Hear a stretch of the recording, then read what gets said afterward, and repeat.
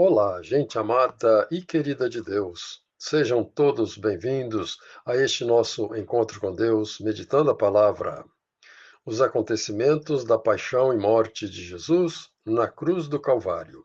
Os textos bíblicos, Evangelho segundo Mateus, capítulo 27, segundo Marcos, capítulo 15, Evangelho segundo Lucas, capítulos 22 ao 23 e segundo João, capítulos 18 e 19. Em nossa última reflexão bíblica, analisamos os últimos instantes de Jesus com seus discípulos, a última ceia, a instituição da Eucaristia e do sacerdócio ministerial, o lava-pés dos discípulos, quando ele nos deixou o maior exemplo de como devemos servir uns aos outros, e a oração que fez ao Pai, pedindo pelos seus discípulos, onde disse coisas muito importantes como estas: Não fostes vós quem me escolhestes, mas eu vos escolhi e vos enviei para produzirdes fruto e vosso fruto permaneça, a fim de que tudo quanto pedirdes ao Pai em meu nome, ele vô-lo conceda. E disse ainda: O meu mandamento é este, que vos ameis uns aos outros, assim como eu vos amei. Vimos também que, após tudo isso, Jesus dirigiu-se ao Jardim das Oliveiras com os discípulos, onde foi preso e conduzido à casa do sumo sacerdote, onde o Supremo Tribunal do Sinédrio se reuniu durante toda a madrugada e decretou a morte de Jesus. Esta informação é importante. O Tribunal do Sinédrio, que julgou e condenou Jesus, reuniu-se de madrugada, à hora da escuridão e das trevas. Estamos lembrados que Jesus afirmou: Eu sou a luz do mundo. Quem me segue não andará nas trevas, mas terá a luz da vida. Deduz-se, portanto, que o tribunal que condenou Jesus, a luz do mundo, agiu na escuridão das trevas. Logo de manhãzinha, levaram Jesus até o juiz romano Pôncio Pilatos, a autoridade que tinha poderes para ditar a pena de morte. E o conselho do Sinédrio determinou que Jesus devia morrer, mas somente o juiz romano Pôncio Pilatos podia confirmar a sentença de morte. E foi o que aconteceu. Antes, porém, de falar sobre o julgamento de Pilatos, quero frisar bem a questão do beijo que Judas Iscariotes deu no rosto de Jesus, sendo o sinal que havia combinado com os sacerdotes para entregar Jesus. O que desejo reforçar é que existe beijo e beijo. Isto é, dependendo do caráter ou da falta de caráter de quem beija, o gesto de beijar se altera. Assim, o beijo tanto pode significar entrega de amor e sinal de amizade, como também pode ser sinal e símbolo de traição, de falsidade, de desrespeito e de maldade. Foi este o caso do beijo que Judas Iscariotes deu em Jesus. Agora sim, vamos falar do julgamento de Jesus feito pelo juiz romano Pôncio Pilatos. E logo ao amanhecer, os principais sacerdotes, os anciãos, os escribas e todo o tribunal do Sinédrio amarraram Jesus e o levaram até Pilatos, que o interrogou, perguntando: Tu és o rei dos judeus? E Jesus lhe respondeu: Tu o dizes. Pilatos disse aos sacerdotes: Levai-o e julgai-o segundo a vossa lei. E eles responderam-lhe: Não nos é permitido matar pessoa alguma, querendo dizer que não podiam matar ninguém crucificado, e a intenção deles era matar Jesus na cruz. Isto somente os romanos podiam fazer, por isso eles trouxeram Jesus ao juiz Pôncio Pilatos. No interrogatório de Jesus, Pilatos deixou claro, dizendo: Os principais sacerdotes entregaram-te a mim. O que fizeste? Mas Jesus ficou calado, sem dizer nada. Pilatos irritou-se com o silêncio de Jesus e lhe disse: Não me falas nada? Não sabes que tenho poder para te crucificar ou para te soltar? E Jesus lhe disse: Nenhum poder terias contra mim se não lhe fosse dado de cima. Por isso, quem me entregou a ti tem maior pecado. Ao saber que Jesus era galileu, a jurisdição do rei Herodes, e sabendo que naqueles dias Herodes estava em Jerusalém, Pilatos enviou Jesus até ele, reatando uma amizade rompida de alguns anos. Ao ver Jesus, de quem já ouvira falar, o rei Herodes se alegrou com a possibilidade de ver Jesus fazer algum milagre na presença dele e da sua corte, como se os milagres de Jesus fossem um espetáculo de magia circense. Mas Jesus não fez nenhum sinal e permaneceu calado. Então, irritado, o rei Herodes e sua corte zombou e escarneceu de Jesus e mandou que lhe vestissem um manto brilhante e resplandecente, vestimenta típica que colocavam sobre os lunáticos, e mandou Jesus de volta a Pilatos.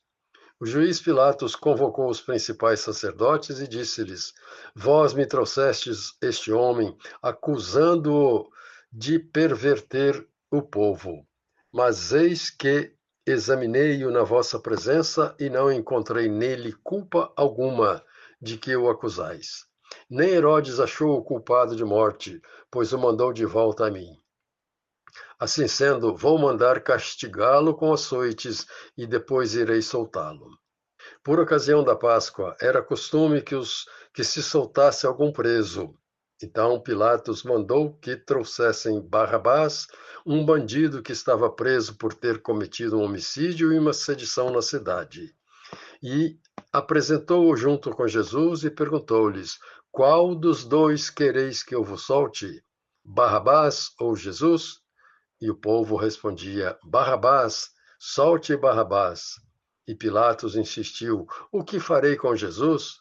Mas o povo, insuflado pelos sacerdotes, gritava cada vez mais alto: Crucifica-o, crucifica-o. Então o juiz mandou que lhe trouxessem um jarro com água e perante o povo lavou as mãos, dizendo: Eu sou inocente do sangue deste justo. E a multidão ensandecida gritava alto: Que o sangue dele caia sobre nós e sobre nossos filhos. Então Pilatos soltou-lhes Barrabás e mandou açoitar Jesus, entregando-o para ser morto crucificado. Pilatos demonstrou ser um homem sem caráter e sem ética, que nunca deveria ocupar cargo nenhum na magistratura, pois, mesmo reconhecendo que Jesus era inocente, não suportou a pressão dos sacerdotes e do povo e mandou torturar e matar Jesus. Portanto, Pilatos agiu como um boneco, um marionetes, igual a Herodes. A maioria dos condenados morria durante a flagelação, de tanta dor e pela quantidade de sangue que perdia. Jesus suportou tudo, e a caminho do Calvário, levando nas costas a pesada cruz, onde seria crucificado, Jesus cambaleava, e os soldados romanos pensaram que ele fosse morrer antes de chegar ao Calvário. Um certo homem de nome Simão, da cidade de Cirene, voltava do seu campo e os soldados o requisitaram para que acabasse de chegar ao Calvário levando a cruz de Jesus. E no caminho encontraram ainda algumas mulheres que viram o sofrimento de Jesus e choravam por ele. Voltando-se para elas, Jesus disse: Filhas de Jerusalém, não choreis por mim, antes chorai por vós mesmas e por vossos filhos. E chegando ao lugar da crucificação, despiram Jesus e os soldados repartiram entre si as suas vestes. E totalmente despido, pregaram Jesus na cruz, onde ele sofreu horrores durante 3 horas. Dos seus discípulos, de homem, somente João estava ali. Aos pés da cruz, os demais discípulos homens foram se esconder e trancar em casa com medo de que fizessem com eles algo parecido que fizeram com Jesus. Somente as discípulas mulheres estavam ali de pé junto à cruz de Jesus. Pregado na cruz nos seus últimos instantes, mesmo em meio aos tormentos mais dolorosos, o Senhor viu Maria, sua mãe, de pé junto à cruz, e ao lado dela outras mulheres, e junto o apóstolo João. Então Jesus disse a ela: Mulher, eis aí o teu filho. e disse a João: Eis aí a tua mãe. Ou seja, na pessoa do discípulo João, o Senhor nos deu a sua mãe para ser a mãe de todos nós.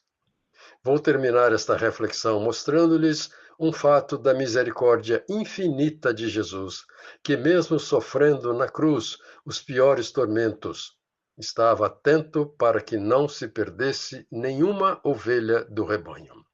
O fato é o seguinte: a cruz de Jesus estava no meio das cruzes de dois ladrões, crucificados com ele. Um dos ladrões blasfemava contra Jesus e gritava impropérios. O outro malfeitor, entretanto, tentava corrigir o colega e, arrependido de todos os males que havia feito, disse a Jesus: Senhor, lembra-te de mim quando entrares no teu reino. E Jesus prontamente lhe respondeu: Em verdade eu lhe digo que hoje mesmo estarás comigo no paraíso. Jesus viu o arrependimento sincero do malfeitor e ouviu seu pedido de socorro. Por isso prometeu-lhe a vida eterna. Após 3 horas de agonia na cruz, a própria natureza se manifestou. O sol escureceu e fez-se trevas e escuridão em toda a terra. O véu do templo se rasgou de alto a baixo, significando que a antiga aliança feita por Deus com o povo agora se consolidava para todo sempre com a morte de Jesus na cruz do Calvário. O Senhor deu um grande grito dizendo: Tudo está consumado. Pai, nas tuas mãos entrego o meu espírito. Inclinou a cabeça e morreu. O centurião que estava ali, assistindo tudo de perto, exclamou: Verdadeiramente este homem era o Filho de Deus. Sugiro a todos ficarmos em profundo recolhimento, em oração e leituras bíblicas sobre tudo que Jesus fez e faz por nós. Ele nos deu a vida para que tivéssemos vida em abundância e vida eterna. Ele nos deu vida e não morte. O que o mundo mais necessita é fazer o que ele mandou. Amai-vos uns aos outros, assim como eu vos amei. Até domingo, se Deus quiser, quando refletiremos sobre a ressurreição do Senhor. Ele foi barbaramente torturado e morreu, mas ressuscitou e está vivo para sempre. Paulo Jorge Lúcio, padre casado.